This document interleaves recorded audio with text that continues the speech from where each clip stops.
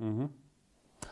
Yes, I was farming in the south of the country, and my family and me realized that the educational system at that time was absolutely insufficient to provide any kind of education to especially the farm workers' children.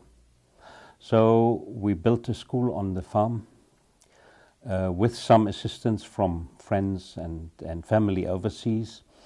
And through that sort of social commitment, we got friends with the internal wing of the SWAPO party, which at that time was also having an external wing fighting for the liberation of the country.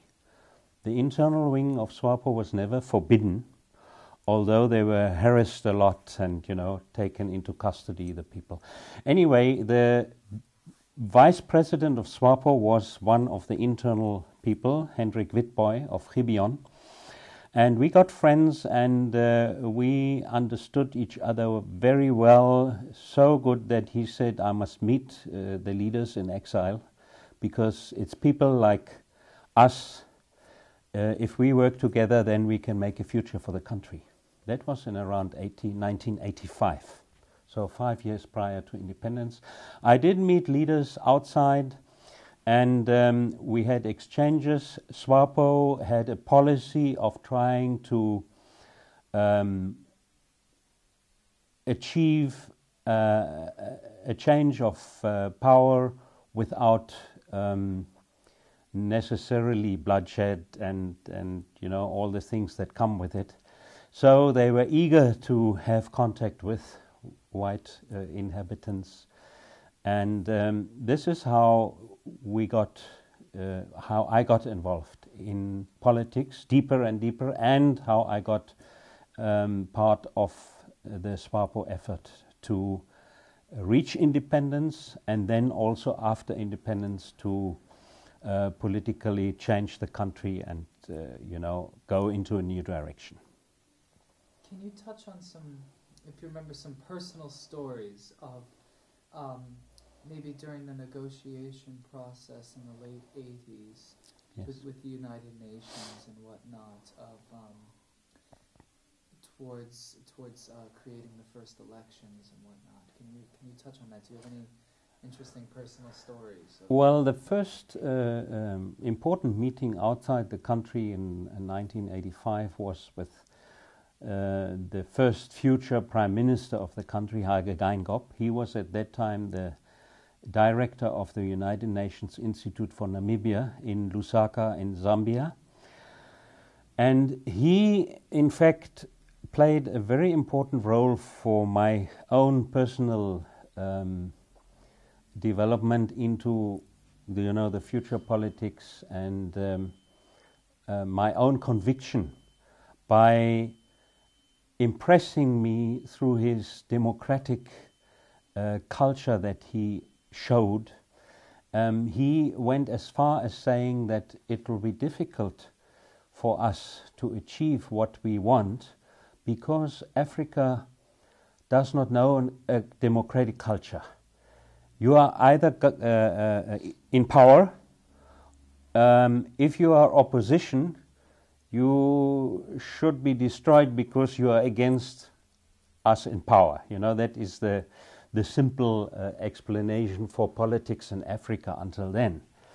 And in the end, of course, we achieved to create this culture so that no violence happened during independence. Well, then we had negotiations in Sweden amongst a white or a mixed delegation with the exiled SWAPO leaders. And then we had another big consultative conference, which was then very much publicized in Zambia again, where a large contingent, must have been over 200, of SWAPO supporters or SWAPO sympathizers were taken there to and that was in end of 1988, to look at how the process of independence could be run and how the future thereafter should look like.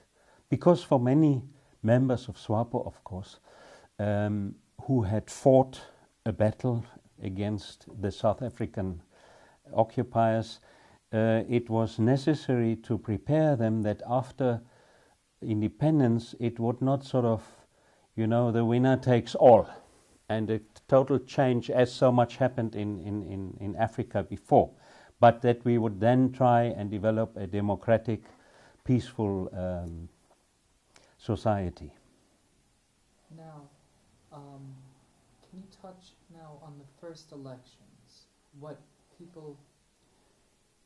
the various, because there were all the other parties as well, which were part of the DTA at the time, what they thought of the elections, because SWAPO won, but not with a huge majority. It was 55%, somewhere in that realm. 56, 58%, yes.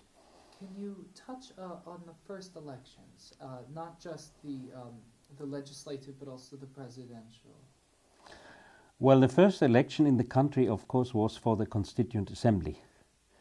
And that is the one that SWAPO won with around 56 or 58%, I'm not quite sure anymore, which was for many people a great relief, because on the one hand had the opposition parties, amongst them the DTA, won that election, it might have turned violent again. I don't think that the general freedom fighter spirit would have allowed, to accept defeat.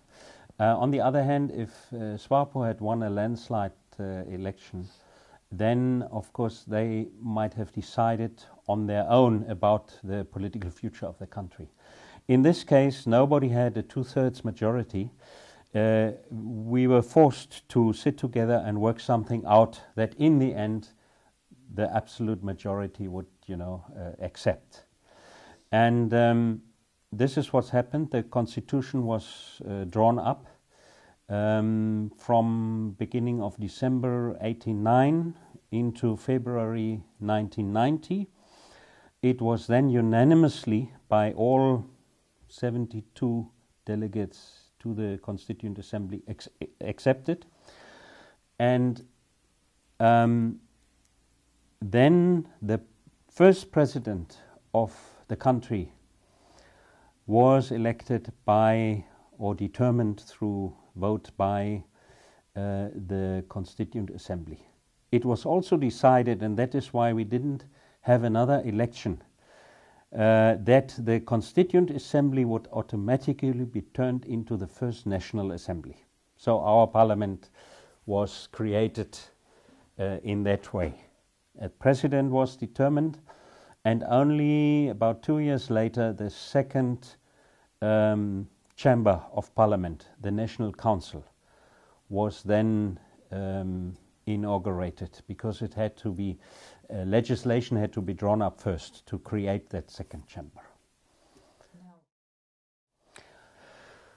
The result of this independence process, I think, did much for the future development of South African politics. I think they took the Namibian example as a shining example that it is possible to have this transition, and I think it determined to a large degree the way forward for President de Klerk, freeing Nelson Mandela and starting negotiations, and that is the effect I think our independence process had on the South African process, and not only on the process but also on the people of, because they saw that example happening north of their border, and people in general, I think, were much more convinced that something positive could come through a transition to a majority government. Yeah. But not everything stayed all rosy, because then 3 years or so after independence, you had a falling out with President Nyoma and his colleagues. Can you speak a little bit on that? Yes. I was shortly after independence. I was a member of the National Assembly at that time because I was a candidate for the Constituent Assembly with SWAPO. I was first appointed as Deputy Minister for Trade and Industry. And after about a year, I was appointed as Minister for Agriculture, Water and Rural Development. And that, of course, was kind of in my blood because I had been farming most of my life. And that is also something I had studied in. After some time, so I started beginning of 92, and towards the middle of 93, there developed a corruption case within my ministry. At the same time, there had been signs of corruptive practices in the country, and my own observations were that President Nyoma, who was the first president, was not very strict on fighting corruption. On the contrary, and this of course developed with time, it became clear that he was very much active in supporting his family, his friends, his extended family in creating a how can you say, creating a kind of base for themselves, you know, and that was in many cases not above board. So I had this case investigated in my ministry. It was a veterinary official, veterinary doctor, who produced medicines and medicines for animal sicknesses, and sold them underhand for his own profit. So it was a clear case of not only corrupt practices, but I would say of stealing state property. And I brought this case to cabinet to have this person disciplined, but Nyoma had some kind of special sympathy for this person. Interestingly enough, he was a German-speaking white person too. He had some special sympathy for him, and he did not accept this presentation to cabinet. He in fact told the meeting that this was the Minister of Agriculture is busy belittling a loyal comrade of the party, and he's being counter-revolutionary and what, you know, all kinds of things that he uttered there, and we will not discuss this matter. I then argued a while and said that I cannot accept that as a cabinet decision.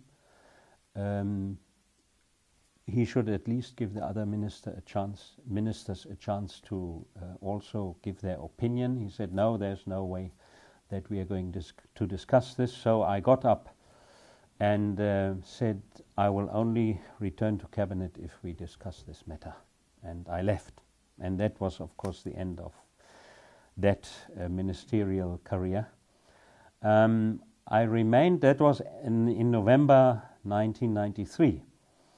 I remained in the parliament, however, because I was an elected member, and finished my term there in March 1995, when the first parliamentary term ended. Then, however, it was clear to me that I had no political future in SWAPO anymore, because by that time, 5 years after independence, Nujoma had installed himself as a very autocratic and to many people dangerous leader of the country, and it didn't matter where in politics or in the economy too. You were placed, when you didn't have the favor of Nujoma, you had no chance. At that time, my farm was suffering under severe drought, so I tried to find employment in the economic sector for a while at least, to bridge, until I could go back to the farm. And people were hesitant to give me any employment because of that situation. Still, I did not leave SWAPO at that time, because I knew that there were many people, leaders in SWAPO, that felt frustrated, that felt things were not going as they should be going. And I hope that one day there will be a change, within the party. So I just remained a party member, but I went completely out of politics, because I didn't want to join an opposition party for the sake of being a politician. That was not my idea. If I wanted to be a politician, then I wanted to be a politician with the ideals and objectives that originally had made me a politician,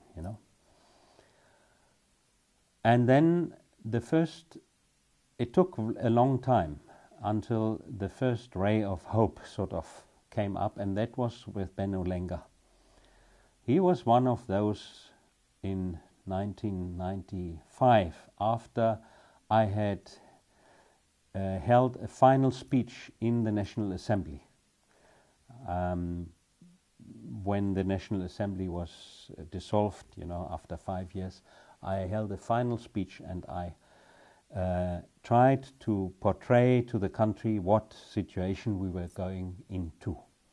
And he was one of those who came afterwards and congratulated me on saying these things, which very few SWAPO members did, of course.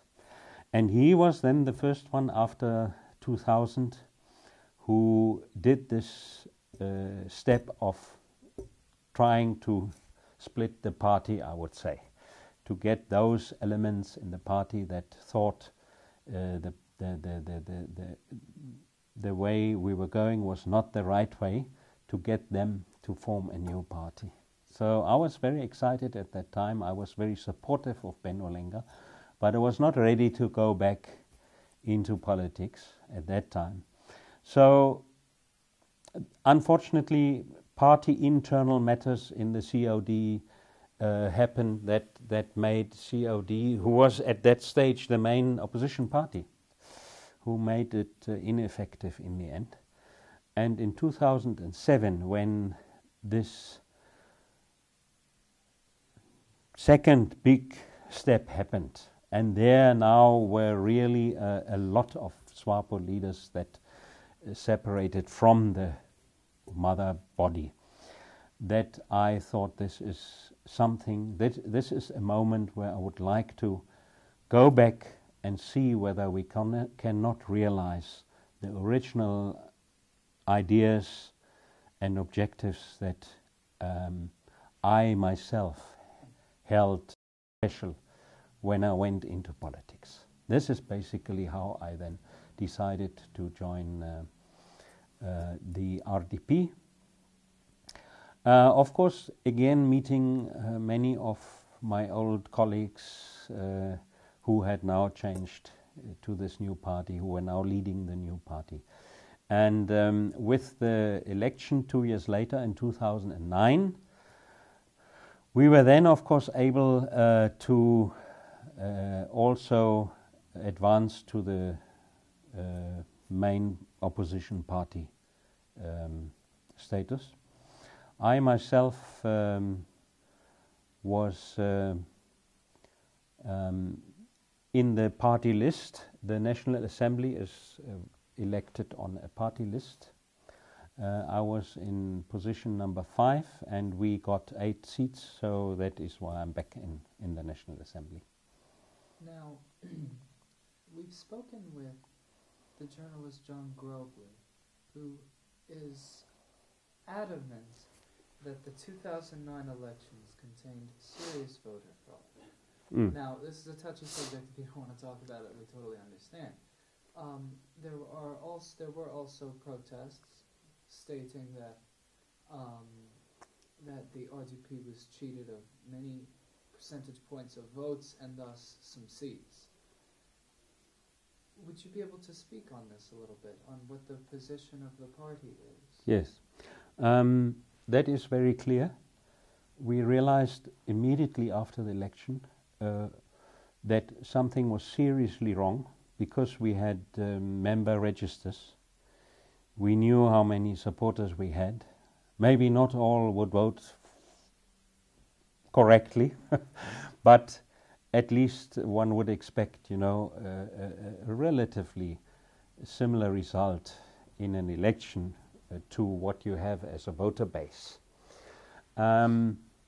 Also, it was very strange when the election had finished that it took 5 days to count the votes, which was actually not the process as it should have been.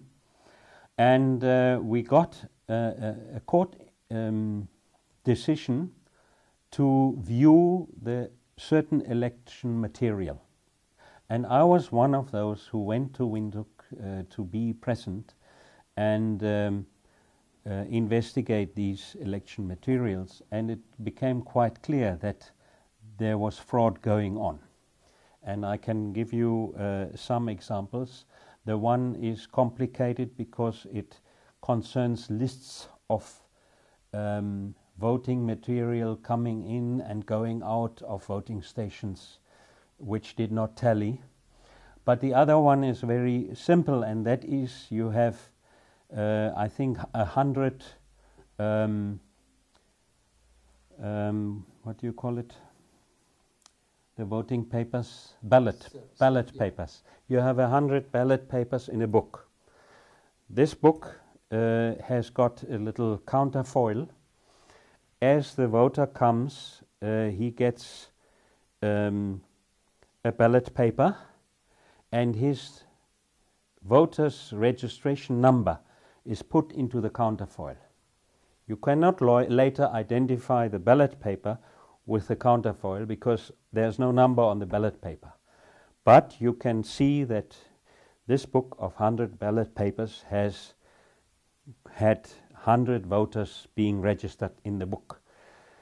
And there were scores of books where maybe the first few ballot papers had a registered voter against it, and then the rest, the ballot papers were taken out, but there were no voters registered. We had in some northern districts, the one I think had over 170% voters attendance. Our own district, Swakopmund, had 112%. I mean, these are figures that are totally unrealistic. So on the basis of that, we had a court case which rejected our case due to some technical matter. We went to the Supreme Court, and he ordered the High Court to handle this case because there were merits in. So the High Court again took the case and rejected it again, and we went back to the Supreme Court a second time. That was in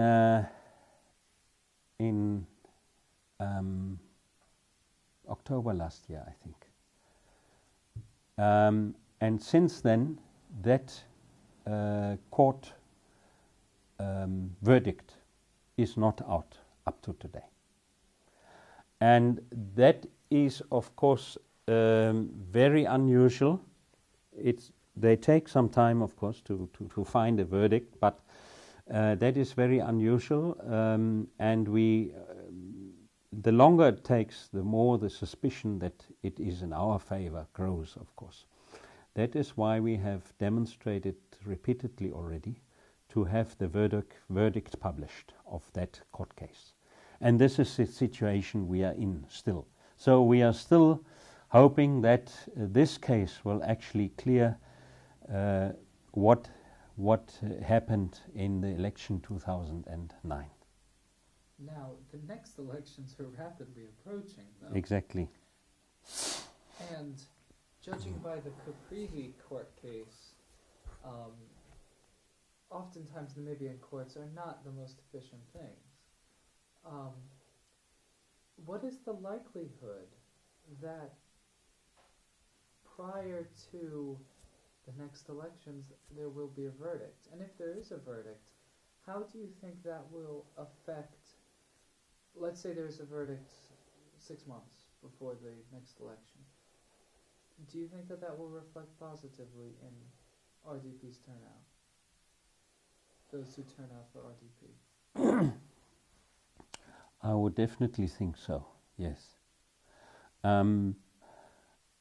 I believe that the government today is in a very difficult situation because we are by now even more convinced that the verdict will be in our favor. And this verdict was requested not only by the RDP, by the way. There were 8 opposition parties that went together and charged, this election fraud. But no, definitely I would think that would be in our favor.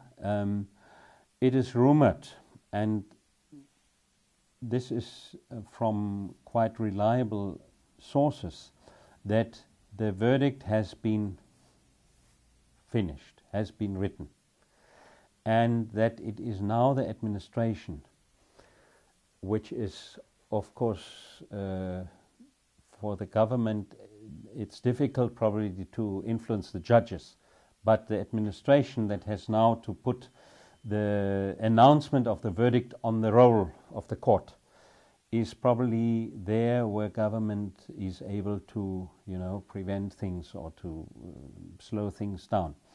It could mean, if the verdict comes out, that the present government is not even legitimate at all, which would mean that there would have to be some kind of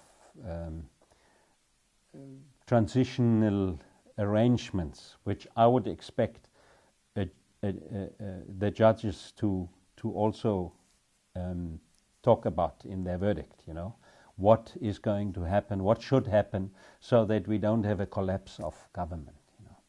As far as the election is concerned, the future next election, if they manage to keep this verdict out of the public, I think that would be very serious, of course, for the democratic process, and it might also cause even more apathy and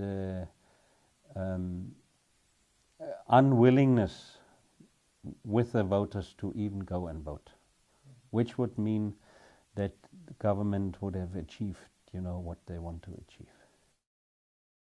Of course, theoretically seen, it is very difficult for an independence movement, a freedom movement, liberation struggle movement, to make the transition into a political representative party. I think, looking at that, SWAPO failed to a large degree. But I must say, and that I've always been saying, that the leadership, and especially the president, the first president, from the start, they were looking at their own interests. It started immediately that the president favored his good friends, his family, his extended family with all kinds of whatever was there to gain, tenders by government, licenses for exploration, all these things was very, very much handled by the president himself or by his very close allies, so that all these things were actually done in a corruptive manner. It is just like that, and that, of course, on the other hand, created a lot of fear amongst the others in the party and also outside in the economy. For example, people were dancing after his tune because they knew if they didn't, they might easily lose some rights or some licenses or whatever when the old man, as they called him, felt like it, you know. Then, of course, you still have today a leadership that already was the leadership 30 years ago. And they are clinging to the leadership like they would never like to let go before they die.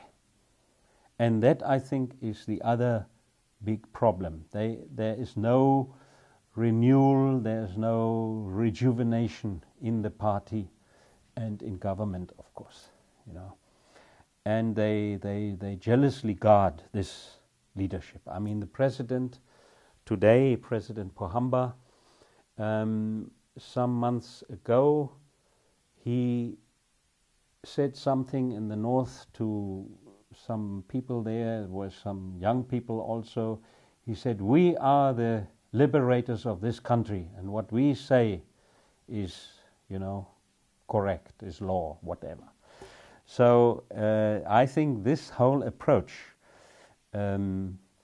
is making this party doomed in a way, because and that is how these ideals and visions were lost, because it is just, on the one hand, the personal gratification, on the other hand, it's the old guard who's not willing to let go.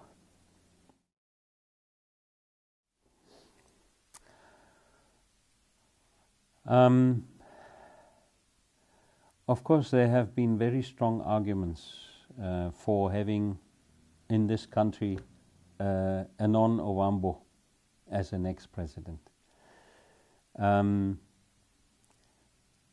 The main support base of SWAPO is Ovambo, but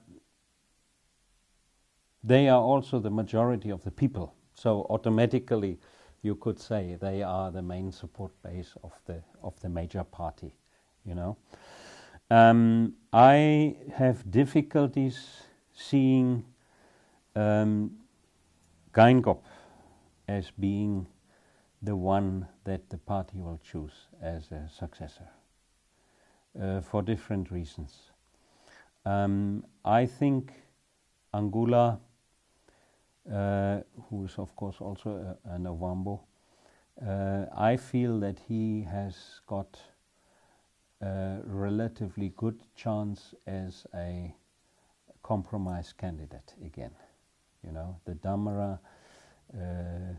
on the one hand, and then we have, of course, the Ovambo lady, Pendukeni Itana, who seems to have ambitions, who also didn't publicly, as far as I know, didn't publicly announce her intentions. But I think, especially looking at those two sides, which would create quite a struggle inside the party, I think it may just be that they are looking for a compromise candidate like Angula. It's very difficult to really form an opinion. While myself, I think that Angola is probably a good candidate of those that are in that league, you know. It's very difficult to form an opinion as everybody is so tight-lipped about this. As you said, nobody is announcing that they will run and that kind of thing. You know, it shows again the type of politicking SWAPO does, and people are used to in SWAPO. You know, there's always a fear factor to say something wrong, and there's this power factor that if you say something wrong, then you will be out. You know, things like that.